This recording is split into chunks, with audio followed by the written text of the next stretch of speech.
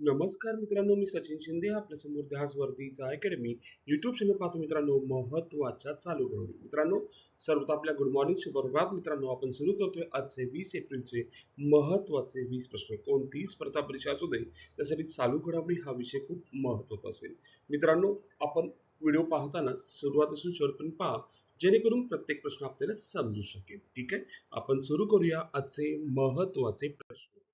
मित्रांनो, आजचा पहिला प्रश्न आहे, सम्राट चौधरी यांनी बिहारचे मुख्यमंत्री म्हणून शपथ केव्हा घेतलेली आहे, असा आपल्याला प्रश्न विचारलाय. तर शपथ केव्हा घेतली हा एक प्रश्न आहे आणि खूप महत्वाचा आहे. तो उत्तर आहे 15 एप्रिल रोजी शपथ घेतलेली आहे. कधी? 15 एप्रिल रोजी शपथ घेतलेली आहे. ठीक आहे, ओके. आपण पाहूया डिटेल. जन्म 16 नोव्हेंबर 1968, लखनपूर गाव, मुंगेर जिल्हा, बिहार. वय 57 वर्ष. वडील शकुनी चौधरी, 6 वेळा आमदार खासदार. आई पार्वतीदेवी, माजी आमदार. 1990 राष्ट्रीय जनता दल आरजेडी लालू प्रसाद यादव यांच्यासोबत. नंतर जनता दल युनायटेड मध्ये निवड.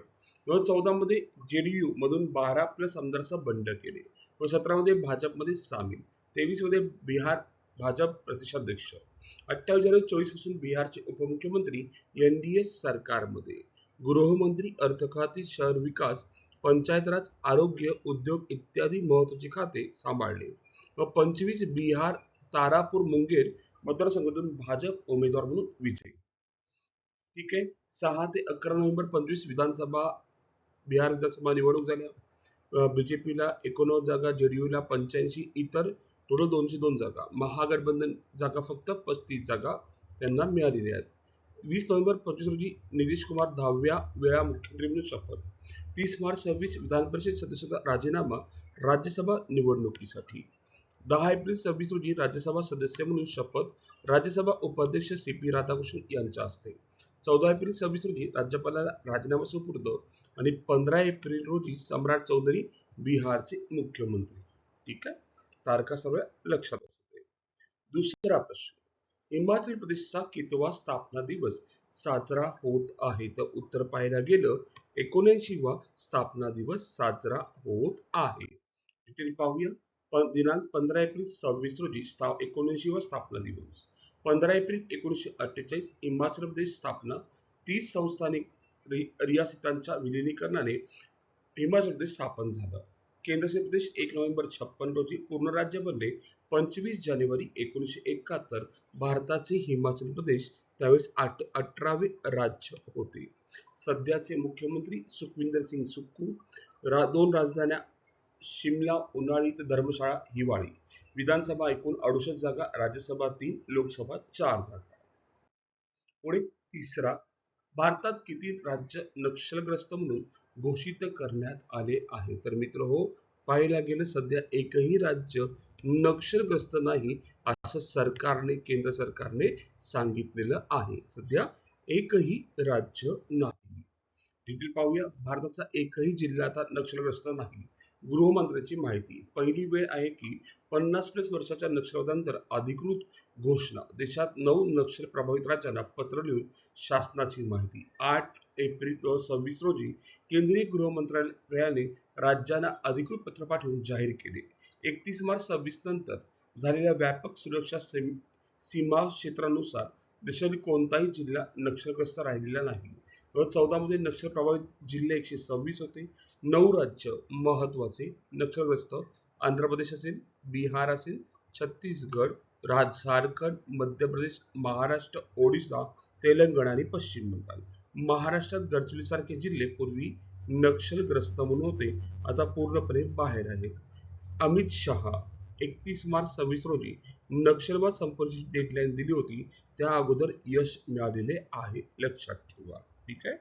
पुढचा भाग, चौथा, विस्डेन पुरस्कार 2026 मध्ये एकूण 9 पैकी किती पुरस्कार भारतीय क्रिकेटपटूंनी जिंकलेले आहेत? विस्डेन मध्ये जर पाहायला गेलं मित्रांनो, तर एकूण भारताने 9 पैकी 7 पुरस्कार जिंकलेले आहेत. डिटेल पाहूया आपण. विस्डेन क्रिकेट्स एनॉक 2026, स्थापना 1865. जगात सर्वात जुनी व प्रतिष्ठित क्रिकेट पुस्तिका. प्रकाशक ब्लोम सगळे. दरवर्षी प्रकाशित क्रिकेटचे बायबल म्हणतात. उद्देश क्रिकेटची वार्षिक विश्वकात्मक माहिती आणि पुरस्कार देणे. भारतीय क्रिकेटपटूंनी 9 पैकी 7, मी काय सांगतोय, 9 पैकी 7 पुरस्कार जिंकले. विस्डेन ट्रॉफी पाहायला गेलं, शुभमन गिल एका टेस्ट सामन्यात सर्वोत्तम कामगिरी. पुरुष क्रिकेटर ऑफ द इयर पाहायला गेलं, मिशेल स्टार्क ऑस्ट्रेलिया. आणि महिला क्रिकेटरमध्ये इंडियनच आहे Deepti Sharma. 5 cricketers of the year, Shubman Gill 1 number, Ravindra Jadeja 2, Rishabh Pant 3, Mohammed Siraj 4, Haseeb Ahmed England हा सोडलाय 4, आणि शुभम गिल 5, दीप्ती शर्मा 6, आणि लीडिंग 20 क्रिकेटर लक्षात ठेवा अभिषेक शर्मा 7. टोटल 9 पैकी 7 पुरस्कार. आणि भारतीय खेळाडूंनी 5 क्रिकेट ऑफ द इयर मधील 4 जागा जिंकल्या.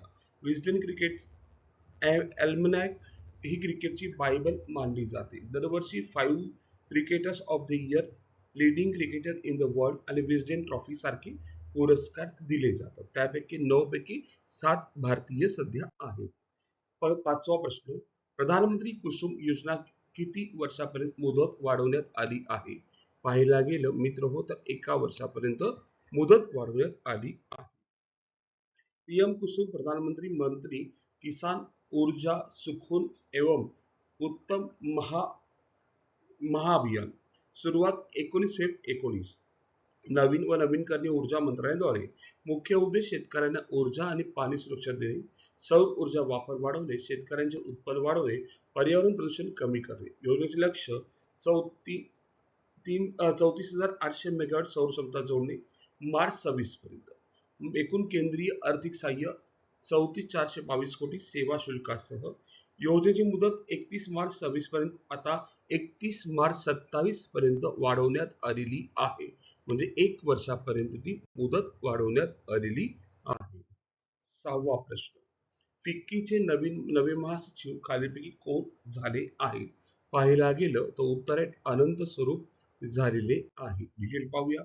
महासचिव अनंत स्वरूप. नियुक्ती प्रभाव तारीख 15 एप्रिल 26. अनंत स्वरूप 1992 चे भारतीय रेल्वे पर्सनल सेवा अधिकारी आहेत.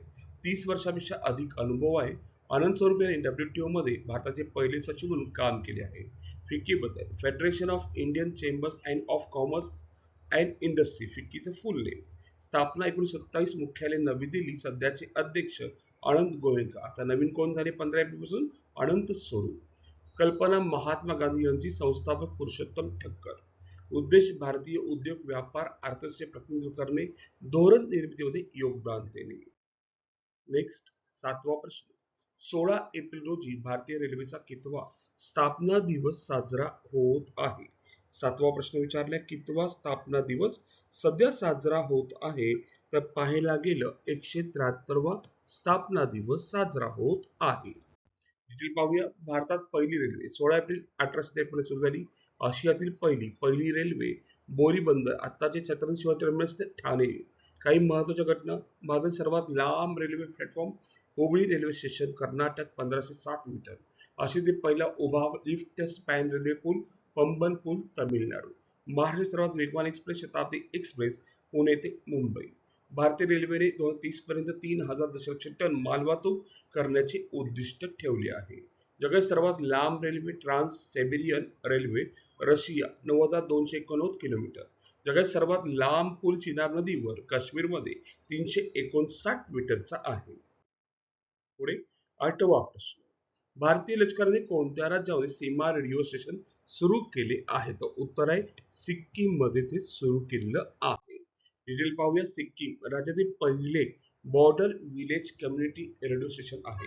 हे स्टेशन उच्च पर्वतीय दुर्गम सीमा भागातील लोकांना विश्वसनीय माहिती, स्थानिक बातम्या, हवामान अंदाज, सरकारी योजना पोहोचवण्यासाठी सुरू करण्यात आले आहे. स्टेशनचे नाव रेडिओ स्कीम सुंदरी 88.4 FM. ठिकाण पूर्व सिक्कीम सीमा गाव. सुरू केले भारतीय लष्कर त्रिशक्ती कॉर्पस. उद्देश दुर्गम सीमा भागातील संवाद सुधारणे, माहितीचा अभाव दूर करणे. हे सिक्कीम मधील पहिले border village community radio station आहे. कोणी केले? भारतीय लष्कराने सुरू केला आहे. 9वा प्रश्न, भारताने वित्त वर्ष 25-26 पेटंट अर्ज करण्यामागे, नवा राष्ट्रीय विक्रम करण्यामागे 3ऱ्या क्रमांकाचे राज्य कोणते आहे? पाहायला गेलं महाराष्ट्र 3ऱ्या क्रमांकावर आहे. पहिलं तमिळनाडू आहे, दुसरं कर्नाटक आहे आणि तिसरा क्रमांक कोणाचा आहे? महाराष्ट्र राज्याचा आहे. पाहूया. आर्थिक वर्ष 25-26 मध्ये भारताने एकूण 1,43,729 पेटंट अर्ज केले. नवा राष्ट्रीय विक्रम. 24-25 तुलनेत 1,10,375 अर्ज, 30.2% वाढ. देशांतर्गत अर्ज वाटा 69% पेक्षा जास्त. उद्योग मंत्री पियुष गोयल यांची माहिती. जगात जगक्रमवारीत भारताचा क्रमांक 6वा लागतो आणि देशांतर्गत पाहायला गेलं तमिळनाडू पहिला, दुसरा कर्नाटक, तिसरा महाराष्ट्राचा क्रमांक लागतो. ठीक आहे. नेक्स्ट 10वा प्रश्न. जागतिक सांस्कृतिक दिन केव्हा साजरा केला जातो? तर उत्तर आहे 18 एप्रिल रोजी साजरा केला जातो. 11वा प्रश्न. भारतरत्न महर्षी धोंडो केशव कर्वे यांची जयंती कधी असते? तर उत्तर आहे कधी असते. आपल्याला असा प्रश्न विचारलाय, ते सुद्धा आपल्याला उत्तर माहीत असणं आवश्यक आहे. मित्रांनो, इथे थोडंसं ऑप्शन चुकलेलं आहे. आपण ऑप्शन नंबर 1 करूया. उत्तर घेऊया आपण 18 एप्रिल. लक्षात ठेवा उत्तर काय यायचं? 18 एप्रिल रोजी महर्षी धोंडो केशव कर्वे यांची जयंती साजरी केली जाते. 12 प्रश्न. बाली कतन लष्करी सराव कोणत्या देशादरम्यान होतो असा आपल्याला प्रश्न विचारलाय? तर अमेरिका आणि फिलिपाईन्स मध्ये होतो. 13वा प्रश्न. नारी शक्ती वंदन संमेलन महाराष्ट्रात कुठे झाले? तर उत्तर आहे मुंबईत झालेले आहे. पुढे 14वा. पेस है ना, PACE उपग्रह मोहीम कोणत्या संस्थेची आहे? तर उत्तर आहे नासाची आहे. पुढे 15वा. महिला कॅडेट्स बुद्धिबळ स्पर्धा 2026 विजेता कोण ठरलेली आहे? तर वैशाली रमेश बाबू ठरलेल्या आहेत. 16वा. माउंट एव्हरेस्ट सर करणारे पहिले अमेरिकन गिर्यारोहक कोण होते? तर उत्तर आहे जिम विटेकर होते. पुढे मार्च 26 मध्ये भारतातील किरकोळ चलनवाढ दर किती होता? तर उत्तर आहे 3.4% होता. 18वा प्रश्न. पहिला सीमावर्ती ग्राम सामुदायिक रेडिओ स्टेशन कोणत्या राज्यात सुरू झाले? तर उत्तर आहे सिक्कीम मध्ये सुरू झालेलं आहे. 19वा प्रश्न. बॅडमिंटन विजेतेकर ॲक्सेल लेन्सेन कोणत्या देशाच्या आहे? प्रश्न विचारलेत असाही सुद्धा विचारतात कोणत्या देशाच्या आहेत. आपल्याला सिंपलचा प्रश्न विचारलेला आहे, तर ते डेन्मार्कचे आहे. कुठले? डेन्मार्क. 20वा प्रश्न. एप्रिल 26 मध्ये बिहारचे उपमुख्यमंत्री म्हणून कोण नियुक्त झाले? तर उत्तर आहे विजय कुमार चौधरी आणि ब्रिजेंद्र प्रसाद यादव. आणि सर्वांसाठी आजचा प्रश्न. मातुवा धर्म मेळा कोठे आयोजित केला जातो? ऑप्शन आहे ओडिशा, पश्चिम बंगाल, आसाम, बिहार. आपल्याला कमेंटमध्ये उत्तर सांगायचंय. उत्तर काय असू शकतं? ठीक आहे. आज आपण इथेच थांबू. उद्या याच टाइम रोजी भेटू मित्रांनो. धन्यवाद. थँक्यू.